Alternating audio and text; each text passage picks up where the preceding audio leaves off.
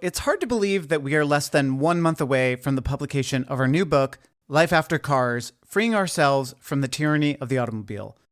We wrote this book because we felt a sense of urgency to reach beyond this podcast and go deeper than we ever could on the show. In the book, you're going to find fresh stories, big ideas, and all kinds of tools for reimagining your community to make them healthier, safer, and more connected. There's one thing we are asking of all of you. If you are planning to buy the book, please consider pre-ordering it now. Pre-orders matter a lot. They tell booksellers there's demand, they boost visibility, and they help the book reach even more readers. To say thanks, we've got some really cool bonuses. If you pre-order before the publication date of October 21st, you'll get access to a live virtual Q&A with me and Sarah and a special guest, and you'll have a chance to submit questions in advance. You'll also get a downloadable poster with all kinds of ideas and tips for how to make your community a safer and healthier one. For our Patreon subscribers, you'll get those bonuses plus a few exclusives. Number one, you'll get a signed book plate, which you can stick and put right inside your book, making it a signed copy. You'll get an exclusive downloadable street sign that you can print out, hang on your own street, or just put up wherever you want to spread the message about life after cars. And we'll do a personalized video response. Sarah and I will answer one of your questions in a video that you can keep for yourself or share on social. We really believe that change isn't just possible, it's happening. And that is something that we have covered in this book. Together, we can make the case loud and clear for a life after cars. Go to lifeaftercars.com starting on October 1st to learn more about these pre-order bonuses. And thanks for your support. Hey everyone, it's Doug. You already know that e-bikes are a great way to replace car trips and help end our reliance on fossil fuels, which are big wins for the environment. So if you're looking for an e-bike for your transportation needs, you'll want to check out Upway, which sells certified, pre-owned e-bikes all at discounted prices. And as Maxime Renson, the head of Upway US puts it, reducing driving is a big part of what Upway is all about. The core mission of Upway lies into sustainability.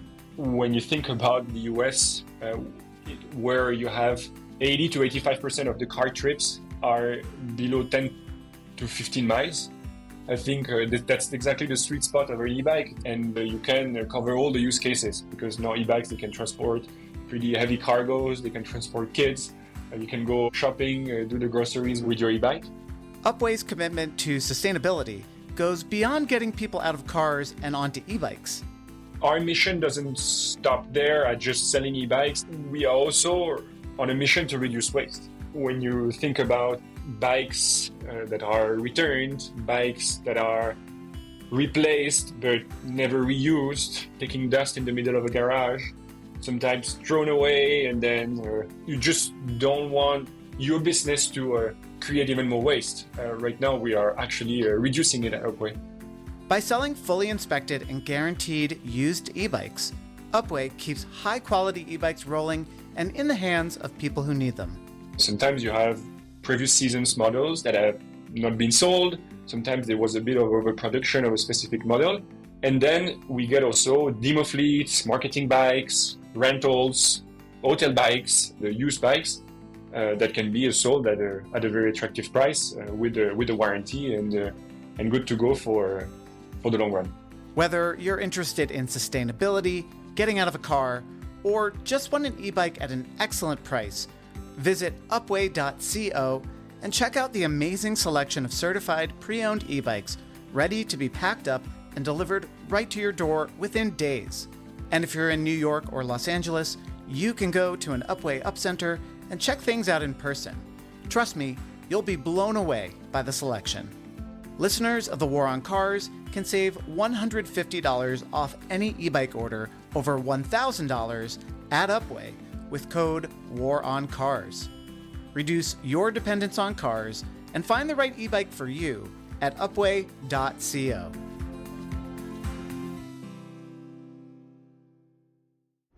There's a lot of evidence that children's health, children's physical health, their mental health is in serious decline. And it really, I don't think it's a stretch to say that part of that is because children are basically living very captive and kind of contained lives, and that's just not healthy.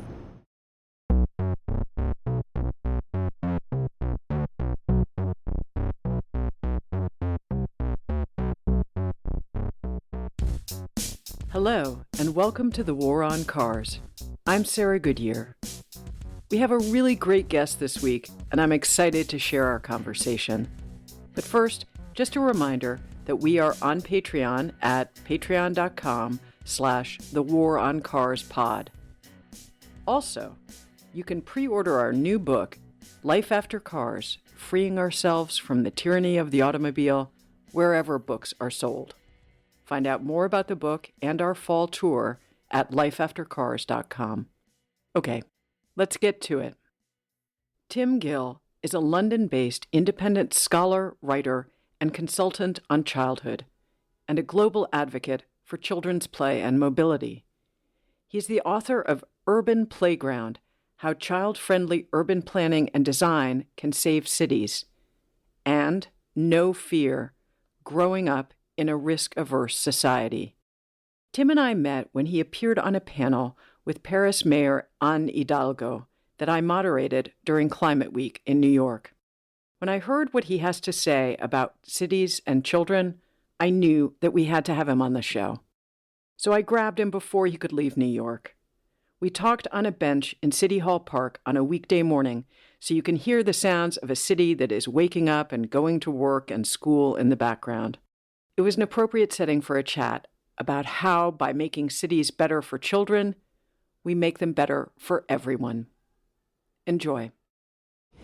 Tim, thank you, first of all, so much for being with us today. It's really, when I heard you speaking yesterday on the panel, it just struck me how much the work that you do resonates with everything we do on the podcast. So I really appreciate your being here. Thanks, it's great to be here, and that's lovely feedback. So I had suggested that we might want to meet in a playground because you do work on children. And you pushed back on that a little bit. So maybe you could tell me why a playground might not have been the appropriate place to meet. Right. I'm interested in children's spatial freedoms and children being able to go where they want to go, to see their friends, to have the freedom of the city. And playgrounds don't do that. Playgrounds are not terrible. They can do a good job, but they are not the answer for me to the problem of how children can enjoy and get around the city. And in a way, it's worse than that, because playgrounds are often presented as the solution to kids in the city. In fact, that's been the case for 100 years. You know, playgrounds were the answer to traffic danger and the answer to kids misbehaving. And in essence, they encapsulate the idea that children don't have any claim on the city as a whole and should basically be put into reservations. So that's my pushback on playgrounds. As a parent, I know playgrounds do a job, and we have to live in the city that as we find it, but it's not my vision of a child-friendly neighborhood or a child-friendly city. So you have this wonderful book that I was able to take a look at, and actually there's a concept in it that just jumped out at me that has to do with this directly, and it's the idea, and I've never heard this phrase before, doorstep play. Maybe you could explain what you mean by that and how rare it is and how we could try to attain it.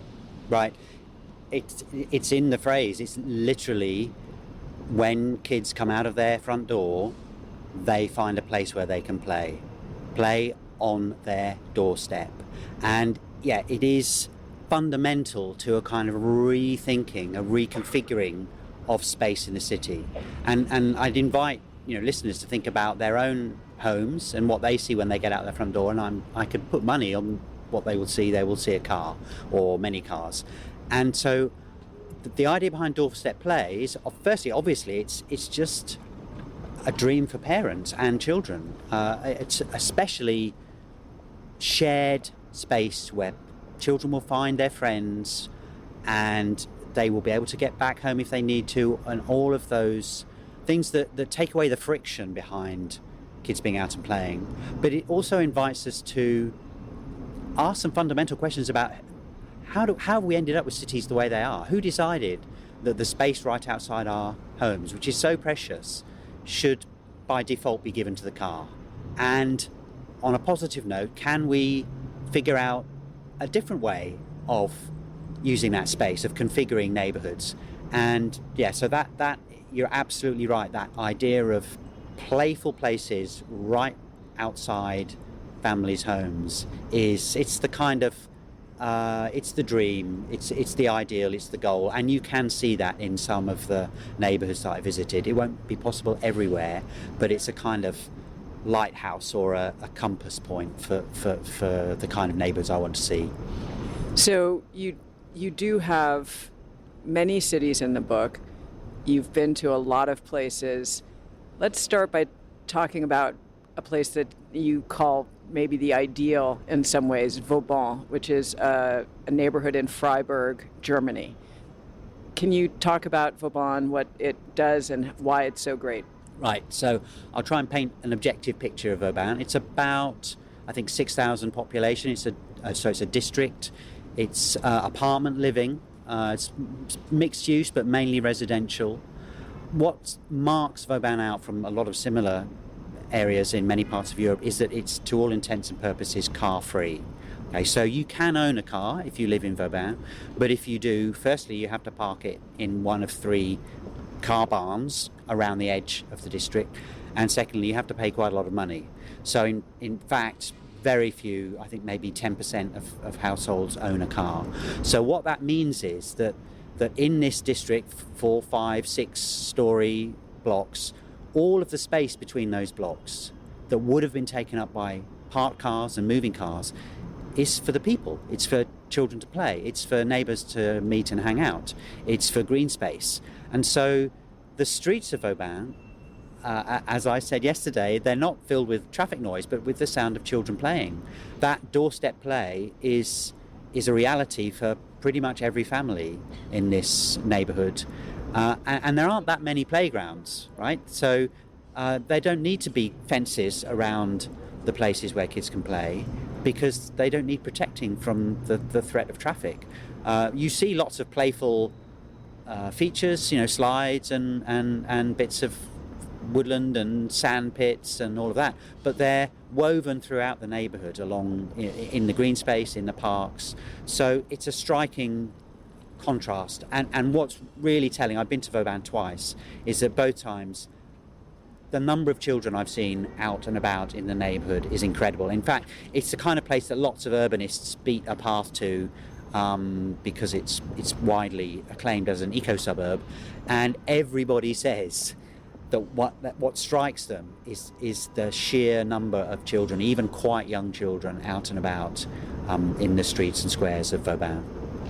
Right, and that's something that in many cities that you have visited, and in this city that you're visiting right now, is not necessarily something that you see very often, right? And you talk about the idea of children as an indicator species for the health of the city. Maybe you could talk about, when you're looking at a city, what you're seeing, how you're evaluating it.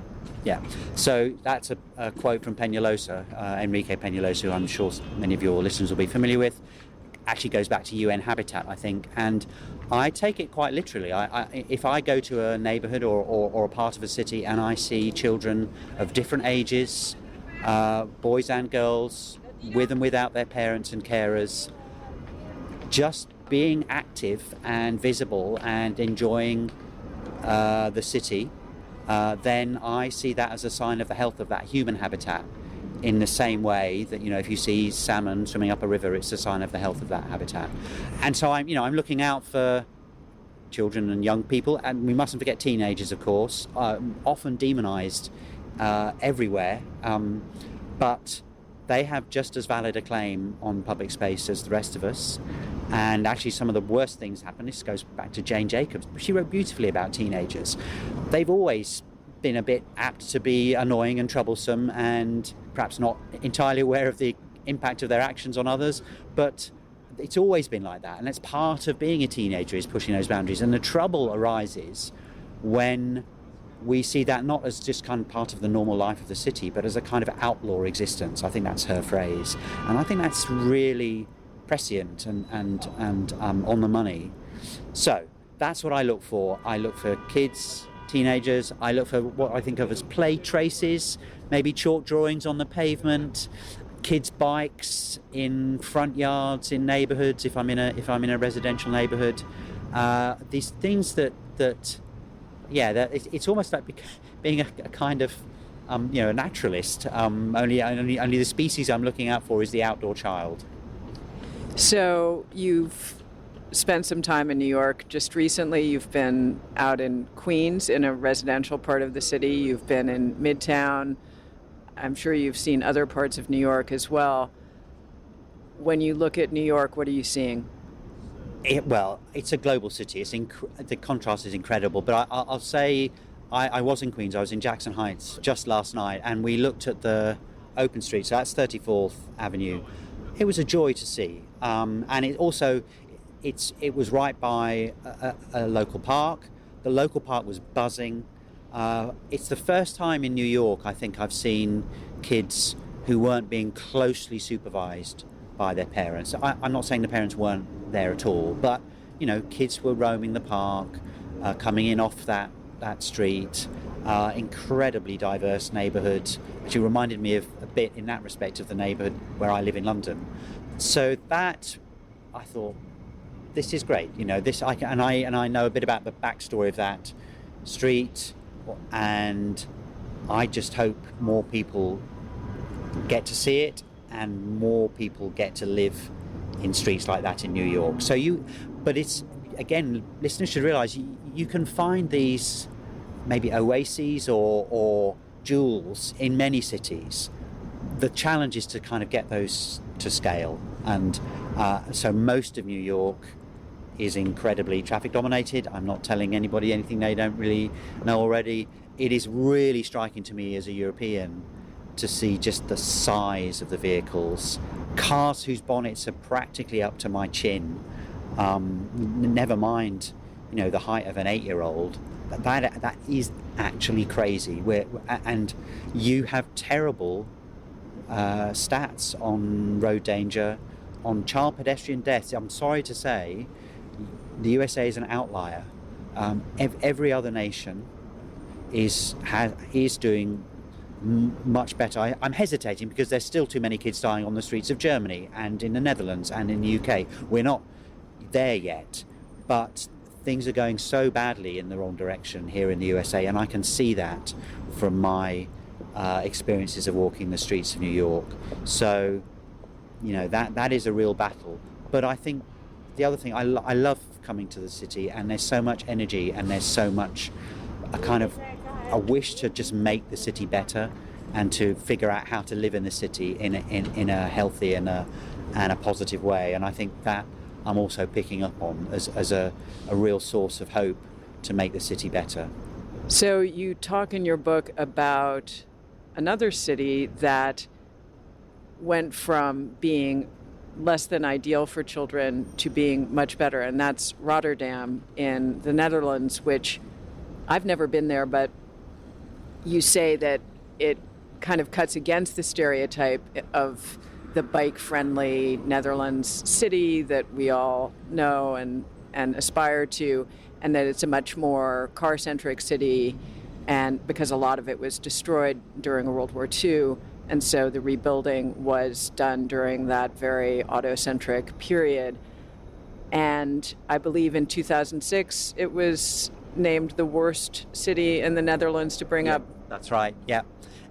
And they've changed that. So maybe you could talk about what they've done, because so often in the U.S. we say, we built our cities for the car, it's done, it's over, we can't change it, suck it up, don't expect anything better. How can Rotterdam show us that that's not necessarily our fate? Right. You're absolutely right about the context, and it's really important for people to realise that. It is it's one of the most American of cities in Europe, I think. And so what drove the work in Rotterdam, and it was strategic work, tens of millions of euros, so let's say $30-40 million, was this realization that the future of the city was under threat because families who were moving out of Rotterdam. They didn't want to live in the city, and they were taking their energy and their tax dollars with them. And especially in the Netherlands, which is kind of quite well known as a child-friendly place, that ranking of being at the bottom of the league for family friendliness is not something that you want to be. And so the city invested in quite a strategic but also a smart program of targeting neighborhoods and putting in a whole bunch of measures around taming traffic, opening up parks and green spaces, schoolyard improvements, and some other stuff around housing and schools as well. So it wasn't just public space, I think that's fair to say. And then they could compare the neighborhoods that they invested in with other neighborhoods, and they could show that the families living in those neighborhoods said it was getting better. And they could measure the families, they had data on the families moving in and moving out of these neighborhoods, and what they found was what they hoped they would find, that those neighborhoods that were the targets of this child-friendly strategy were more popular with families, and that more of the families that they wanted to keep in the city were moving. And this was a 12-year long program over a series of kind of phases, and in the end, one of the things they did was try and mainstream some of those recommendations, including, interestingly, moving away from dedicated playgrounds, of which there are thousands in Rotterdam, because Dutch cities have a lot of playgrounds, but instead trying to create sort of shared, playful public space. So again, moving towards that sort of doorstep play, local shared space, and getting away from the idea that what we need to do is create sort of almost age-segregated reservations for children. So there's a lot to like about Rotterdam, and there's a lot of great schemes, schemes where they converted car parks into local play areas, schemes where they made a civic square into a kind of combination of a skate park and an urban sustainable drainage system. So, when you get these heavy rainfall, which we're going to be getting in a lot of cities, it could help to manage the surface water, and the rest of the time it could be a hangout space for the local skaters and teens. So yes, a really impressive set of interventions. We'll be right back after a short break. The seasons are changing and the weather is getting unpredictable. You can always be ready with a Cleverhood Rover 2.0 rain cape, which will keep you dry on foot or on bike through all the changes. Check out their wild new limited edition Stormy print. It's a colorful pattern based on NOAA Doppler radar data. The vivid, eye-catching pattern keeps you more visible in a car-centric world, even on the grayest and rainiest day.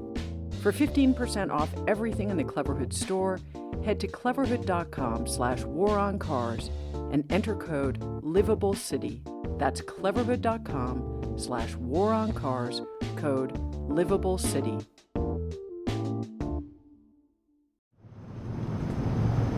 You talk also about the concept of trying to retain these more affluent families, and that gets into something that we discussed yesterday that is problematic when you're looking at cities trying to improve neighborhoods. So often a neighborhood gets improved and then developers come in and are making profit off of it, and the people who've been living there get displaced and don't get to have the benefits of these improvements.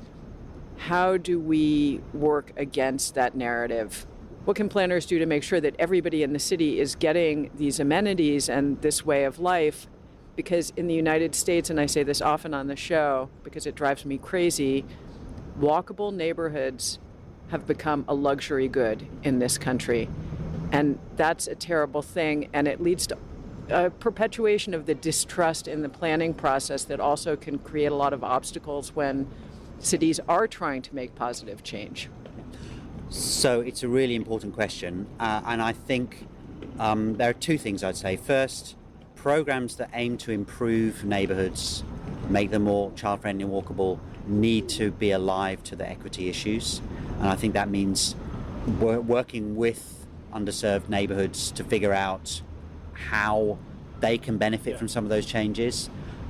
But that still doesn't tackle that problem of, if you like, those sort of gentrification forces, the poorer families being pushed out. And to be honest, you only solve that by figuring out how to manage housing markets.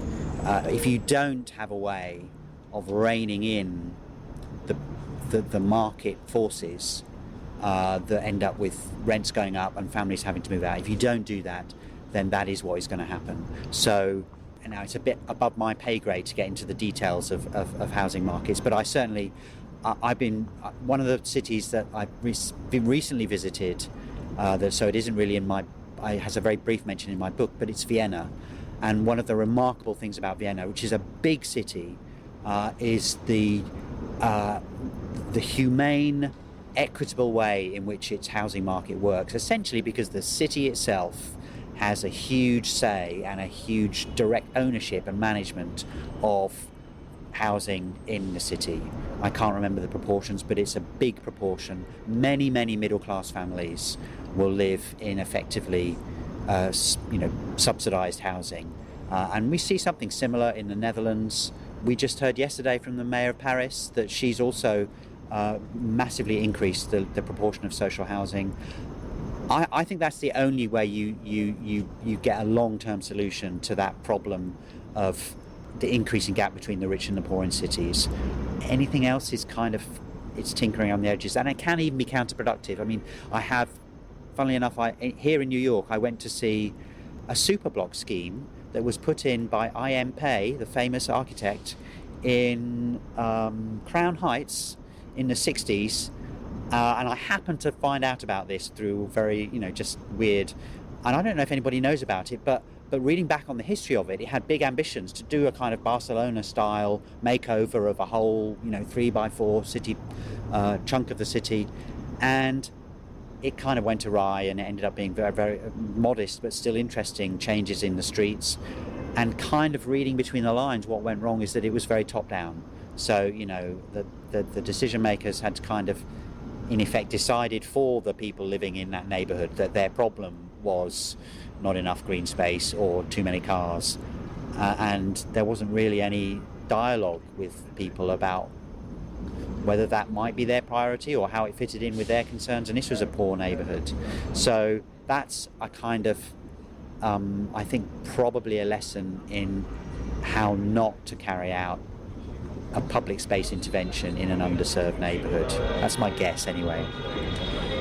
So it's Climate Week, for what that's worth, and here we are in New York, and leaders from all over the world have come to the United Nations to talk about climate. And I always think that in terms of climate advocacy, one of the things that we should be able to appeal to help people think about the future instead of the present is children.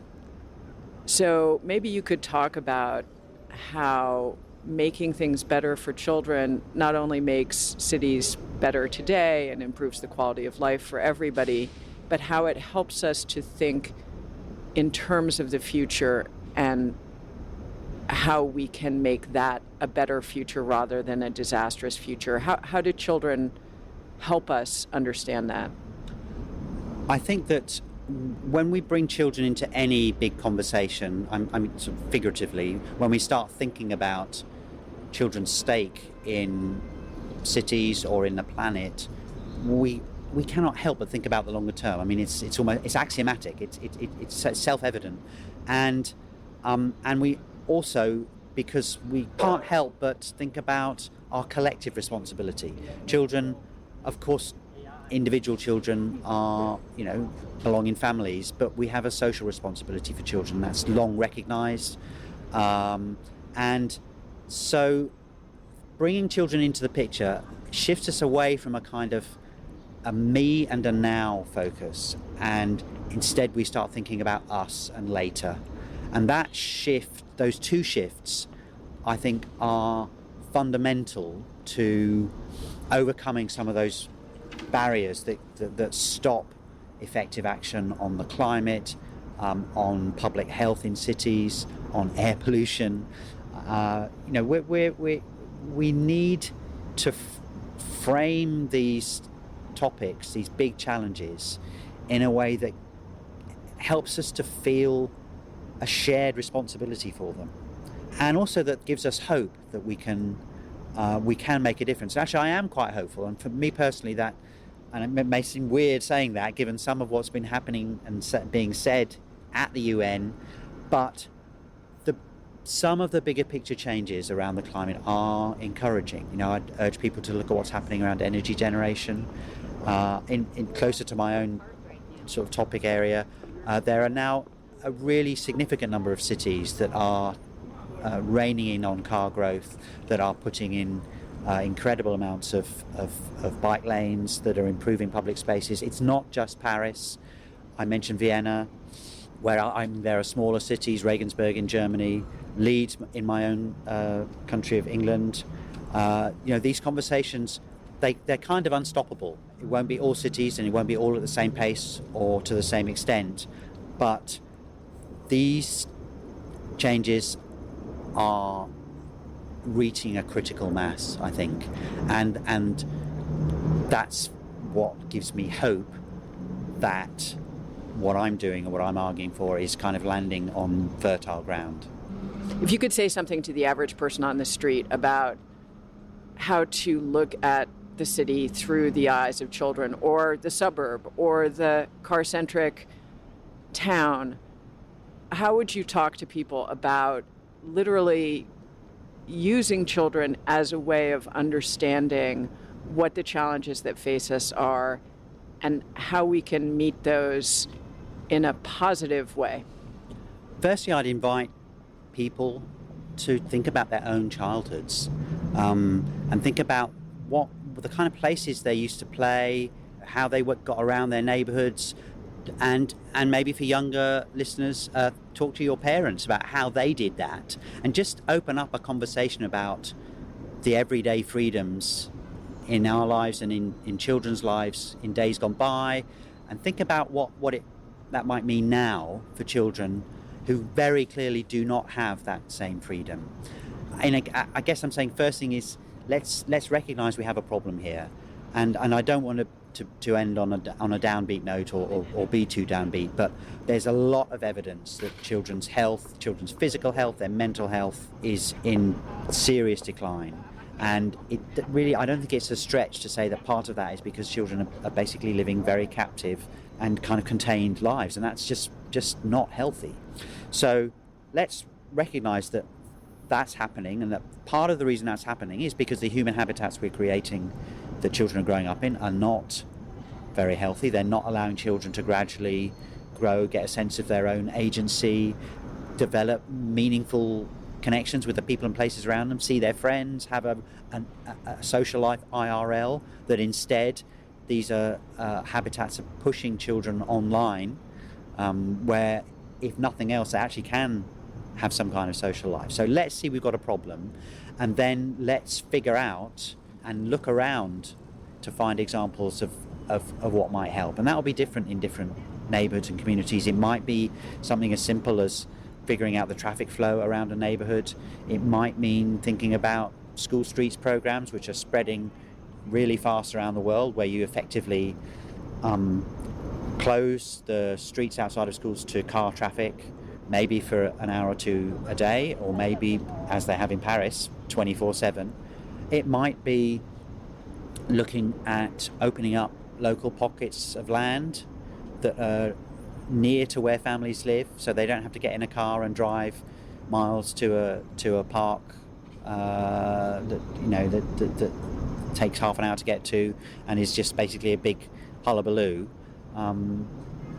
And let's think about how we can start to get decision makers, politicians, to take more seriously the things that help weave healthy, playful, joyous activity back into family life, because right now that's not what we're seeing, and I think many families are under pressure. Thank you so much, Tim. It's been a real pleasure talking with you, and I can't wait to keep following you as you go around the globe finding good examples of children in cities and freedom and mobility. Thank you, Sarah, and I really hope that this is, amongst other things, an example of people with overlapping but kind of some different focuses, but coming together to discover what's in our mutual interest, because kids and people concerned about mobility and the city have so much in common in terms of what our shared vision of the future should be like. Thank you. Thank you. That's it for this episode of The War on Cars. Thanks again to Tim Gill. We'll drop a link in the show notes to his website. Remember, you can support us and get exclusive bonus content, pre-sale access to live show tickets, free stickers, and more by signing up on Patreon at patreon.com/thewaroncarspod. A big thanks to everyone who supports us, including our top contributors, Charlie G. of Human Powered Law in Portland, Oregon, Mark Headland, Virginia Baker, and Brandon DeCoster. And please pre-order our new book, Life After Cars, Freeing Ourselves from the Tyranny of the Automobile, and find us on tour this fall. Learn more at lifeaftercars.com. Thanks also to our friends at Cleverhood. Listeners of The War on Cars can save 15% on everything in the Cleverhood store now through the end of October with code LivableCity. For the best gear for cycling and walking, go to cleverhood.com/thewaroncars. And thanks to Upway. For a great deal on a certified pre-owned e-bike, visit upway.co and save $150 off any e-bike order over $1,000 with code WARONCARS now through the end of the month. Again, that's upway.co. The War on Cars is produced with support from the Helen and William Mazer Foundation. This episode was edited by Samantha Gatzek. Our theme music is by Nathaniel Goodyear. Transcripts are by Russell Gregg. Our logo is by Danny Finkel. I'm Sarah Goodyear, and this is The War on Cars.